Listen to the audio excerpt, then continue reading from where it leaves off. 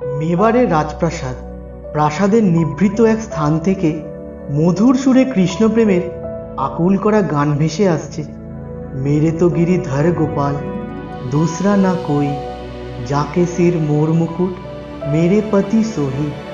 প্রাসাদের অধিকারী রানা ভোজরাজ ধীর পদে অগ্রসর হলেন যেদিক থেকে গান ভেসে আসছে। তাঁরই প্রিয়তমা স্ত্রী মীরা সুললিত কণ্ঠে আপন মনে গান গেয়ে চলেছেন, যে গানের বাণীতে যেন অনন্ত আকুতি, সুরমূর্ছনায় যেন পরম নিবেদন। রানা ভোজরাজ নিঃশব্দে মীরার কাছটিতে এসে দাঁড়ালেন। জানতেও পারলেন না মীরা। একসময় গান থামল, রানা মীরার পাশে এসে বসলেন।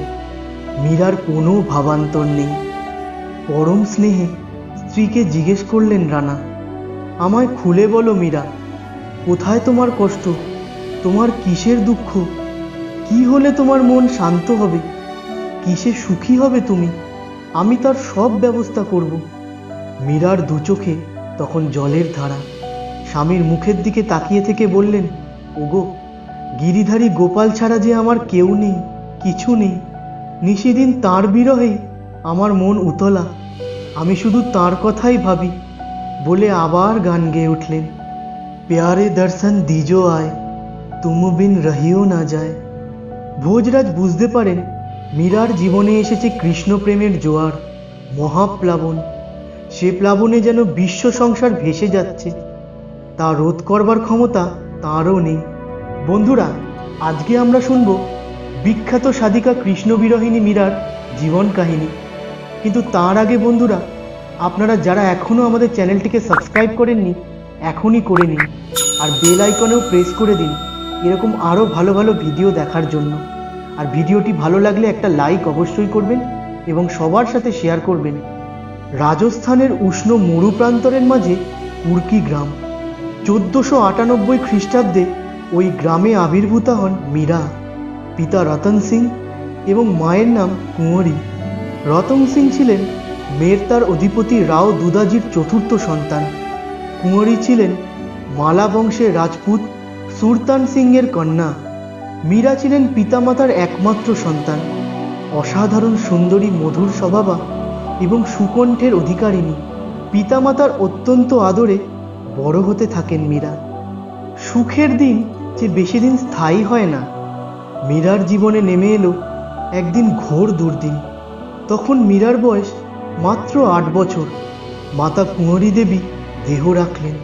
অথই জলে পড়লেন রতন সিং। মাতৃহারা মীরার কি হবে? অবশেষে ব্যবস্থা একটা হলো। দাদু রাও দুদাজি মীরার দায়িত্ব নিলেন। তিনি যোধপুর থেকে মীরাকে মেরতায় নিজের প্রাসাদে নিয়ে গেলেন। রাও দুদাজি ছিলেন পরম ঈশ্বর বিশ্বাসী মানুষ। প্রাসাদের অদূরে তিনি চতুর্ভুজজির মন্দির প্রতিষ্ঠা করেছিলেন। অবসর সময় দাদু আর নাতনি মন্দিরে এসে বসতেন, পুরোহিতদের কাছে নানান ধর্মকাহিনী শুনতেন। মীরা তেমন কিছু না বুঝলেও বাধ্য শ্রোতার মতো দাদুর পাশে বসে শুনতেন। সেই সময় থেকেই মীরার মনের গহনে ঈশ্বর চিন্তা ধীরে ধীরে পুষ্টি লাভ করতে থাকে। মুখে মুখে ভজন গানের পদ রচনা করতেন এবং তাতে আপন মনের মাধুরী মিশিয়ে সুর সংযোজন করে গেয়ে যেতেন একের পর এক গান। তার গানের ভাষা আর গায়কিতে যেন হৃদয়ের আকুতি উৎসারিত হতো। বলা বাহুল্য, মীরার রচিত সব গানের পদই ছিল শ্রীকৃষ্ণের চরণে আত্মনিবেদন। দেখতে দেখতে কৈশোর পার হয়ে যৌবনে পদার্পণ করলেন মীরা। দাদু রাও দুদাজি নাতনির বিবাহের তোড়জোড় করতে শুরু করলেন।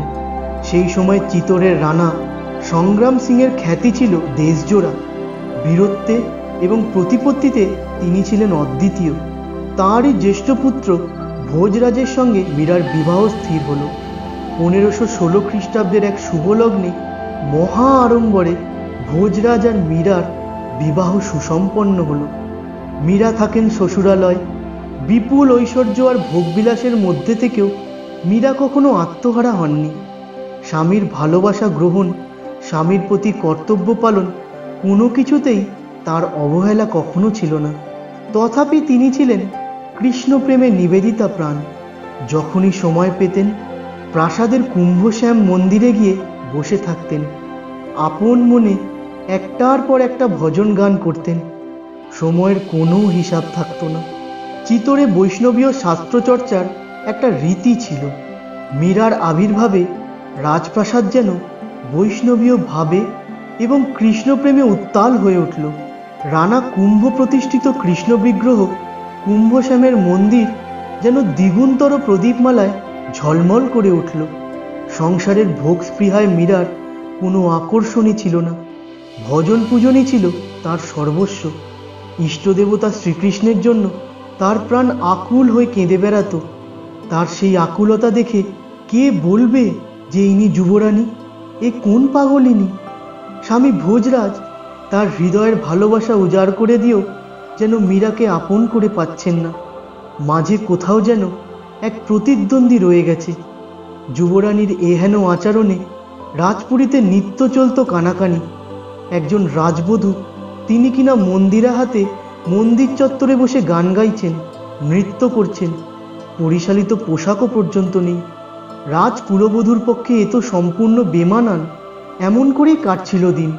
হঠাৎ মীরার জীবনে দেখা দিল আর এক দুর্ঘটনা। স্বামী ভোজরাজ আকস্মিকভাবে দেহত্যাগ করলেন। রাজপুরীতে শোকের ছায়া। মীরার চিত্ত ব্যথিত হলেও তিনি মেনে নিলেন, কারণ তিনি জানতেন জীবের এই পরিণতি। দিন থেমে থাকে না, সে চলে তার আপন গতিতে। মীরার দিনও কাটত যথা নিয়মে। সাধন ভজনে তার কোনো ছেদ নেই। অল্পকালের মধ্যেই রানা সংগ্রাম সিং লোকান্তরিত হলেন। তখন ভোজরাজের অনুজ বিক্রমজিৎ চিতোরের প্রাসাদে অধিষ্ঠিত হলেন। কিন্তু তার পক্ষে মেবার শাসন করা খুব সহজ ছিল না, কারণ একদিকে বিক্রমজিৎ অদক্ষ প্রশাসক, অপরদিকে তিনি অনাচারী এবং পাপাচারী। তার মাত্র 5 বছরের রাজত্বকালে মীরার জীবন দুর্বিষহ হয়ে উঠেছিল। পরমা সুন্দরী যৌবনাবতী মীরার প্রতি যে কোনো ঘৃণ্য কাজ করতে তিনি পিছপা ছিলেন না। একদিন পূর্ণিমার তিথি, চন্দ্রালোকে উদ্ভাসিত নিশীথিনী। শ্যামপাগলিনী মীরা রজত শুভ্র জ্যোৎস্না বিধৌত অলিন্দে দাঁড়িয়ে আছেন। দৃষ্টি তার নীলাকাশের সীমানা ছাড়িয়ে বহু দূরে নিবদ্ধ। হঠাৎ তার কণ্ঠে একটি গান ধ্বনিত হয়ে উঠল, যে গানের মূল ভাব, হে আমার প্রিয়, হে সুন্দর, তুমি এ দাসীকে একটিবারের তরে দেখা দাও। তোমাকে বিনা আর তো দিন কাটে না। জল বিনা কমল কি থাকতে পারে? চাঁদ বিনা নিশীথিনীর তো অস্তিত্বই নেই। হে আমার প্রিয়, क्यों तरसावो अंतर्यामी, कृपा करो स्वामी, मीरा दासी जन्म जन्म की पड़ी तुम्हारे पायो, दर्शन दीजो आए, तुम बिन रहियो ना जाए। অর্থাৎ তোমার জনম জনমের দাসী তোমার পায়ে লুটিয়ে পড়ছে, তাকে দয়া করো স্বামী, তাকে দয়া করো। তখন আপন বিশ্রাম কক্ষে দাঁড়িয়েছিলেন বিক্রমজিৎ। সেই করুণ আকুতি ভরা গান শুনে তার শরীর মন জৈবিক লালসায় উত্তাল হয়ে উঠল। ব্যস্ত পদে মীরার কাছে গিয়ে তাকে প্রশ্ন করলেন, হিন্দু ঘরের বিধবা তুমি, তুমি রাজকুলবধূ, এ বিরহ বেদনা ভোগ করছো তুমি কার জন্য? সত্যি উত্তর দাও। তুমি হয়তো জানো না আমি তোমার রূপে মুগ্ধ। তুমি যদি চাও তো আমি তোমার এ বিরহ যন্ত্রণা দূর করতে পারি। মুহূর্তে মীরার চোখ দুটো জ্বলে উঠল, কিন্তু তিনি নিজেকে সংযত করে অত্যন্ত শান্তভাবে বললেন, রাজা, সারা বিশ্বভুবন যার জন্য আকুল, আমি কেবল তাঁর বিরহেই কেঁদে মরছি। তোমাকেও শেষের সেদিন কেঁদে বুক ভাসাতে হবে। থামো, তোমার ওই নষ্ট চরিত্র কিভাবে শোধরাতে হবে তা আমি জানি। তুমি আমাদের রাজবংশের কলঙ্ক। আমাদের বংশে তুমি কালিমা লেপন করেছ। তোমার শাস্তি আমার হাতে। লোভাতুর অথচ ক্রূর দৃষ্টি হেনে বিক্রমজিৎ স্থান ত্যাগ করলেন। এখন বিক্রমজিতের একটাই কাজ, কিভাবে মীরাকে বশীভূত করা যায়।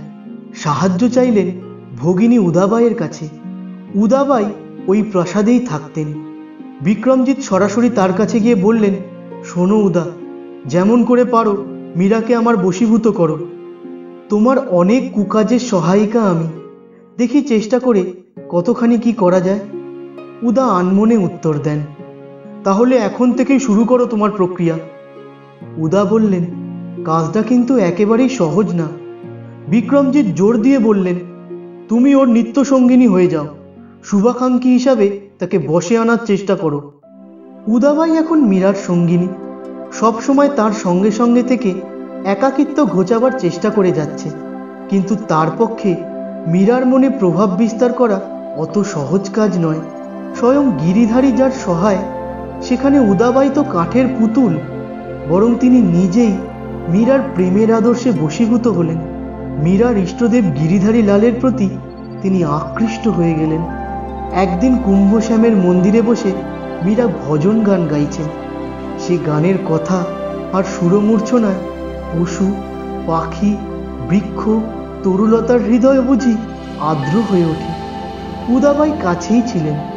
গান থামলে ধীরে ধীরে তাঁর কাছে গিয়ে স্নিগ্ধ স্বরে জিজ্ঞেস করেন, তুমি কি আমায় বলবে মীরা, কার জন্য তুমি এত কষ্ট ভোগ করছো? সে কে? কেমন দেখতে তাকে, যার জন্য তুমি রাতসুখ, আহার, নিদ্রা বিসর্জন দিয়েছ? বেশ কিছুক্ষণ ভাবাবিষ্ট থেকে মীরা বলতে থাকেন। তার কণ্ঠস্বর যেন বহুদূর থেকে ভেসে আসছে, তিনি আমার পরম প্রিয়, আমার হৃদয়ের ধন, নন্দলাল। তার মাথায় ময়ূর মুকুট, তিলক শোভিত ললাট, আয়ত নয়নে করুণাধারা, অধরে মুরলী, কণ্ঠে বিলম্বিত বৈজন্তীমালা, চরণে নূপুর। তিনিই আমার নন্দকিশোর, আমার গিরিধারী লাল, আমার সর্বস্ব।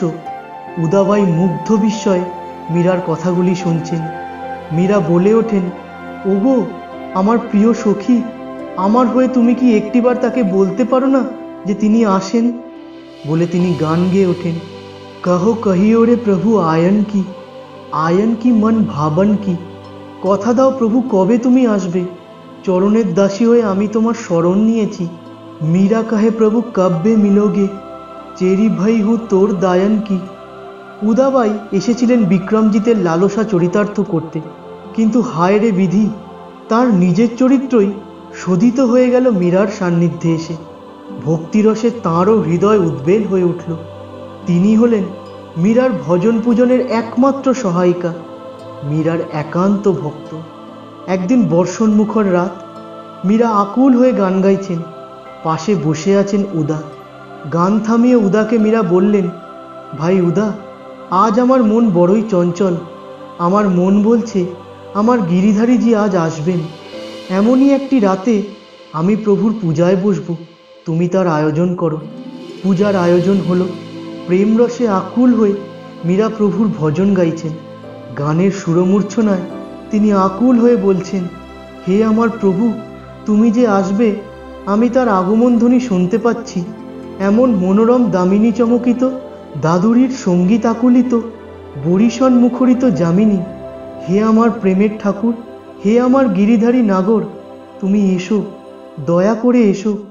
মীরাকে প্রভু গিরিধারী নাগর, বেগ মিলো মহারাজ। মীরা কাঁদছে, উদাও কাঁদছে। আজ আর মীরা সাধারণ মীরা নয়, আজ আর রাজবধূও নয়। আজ মীরা সাধিকা, এক উচ্চস্তরের সাধিকা। ইষ্টদেব তার মনোবাঞ্ছা পূর্ণ করেছেন। তার তৃষিত হৃদয়ে তৃষ্ণা মিটিয়েছেন পরম আরাধ্য গোপাল গোবিন্দ হরি। তার নয়নের আড়ে বাঁধা পড়েছেন গিরিধারী নাগর। আকুতি আর আরতি না থাকলে অভিপ্সিত বস্তু লাভ করা যায় না। কিন্তু বিক্রমজিৎ, তার ইচ্ছে পূর্ণ হলো কই? উত্তর উত্তর তার লালসা বৃদ্ধি পেতে লাগলো এবং ওই ব্যর্থতা তাকে ভীষণ ক্ষিপ্ত করে তুলল। তিনি প্রতিজ্ঞা করলেন, এই দুর্বিনীত মীরাকে এমন শিক্ষা দেবেন যেন ভবিষ্যতে সুন্দরী রমণীকুল বিক্রমজিতের নামে শিহরিত হয়। বন্ধুরা, বিখ্যাত মহাসাধিকা মীরাবাইয়ের জীবনের প্রথম পর্বটি আপনাদের কেমন লাগলো তা কিন্তু আমাদের অবশ্যই জানাবেন। জলদি আমরা আপনাদের সামনে হাজির হব সাধিকার জীবন কাহিনীর অন্তিম পর্ব নিয়ে। এই ভিডিওটি আপনাদের কেমন লেগেছে তা কিন্তু অবশ্যই জানাবেন। আর ভালো লাগলে সবার সাথে শেয়ার করবেন এবং একটা লাইক অবশ্যই করবেন। খুব ভালো থাকবেন, সুস্থ থাকবেন। নমস্কার।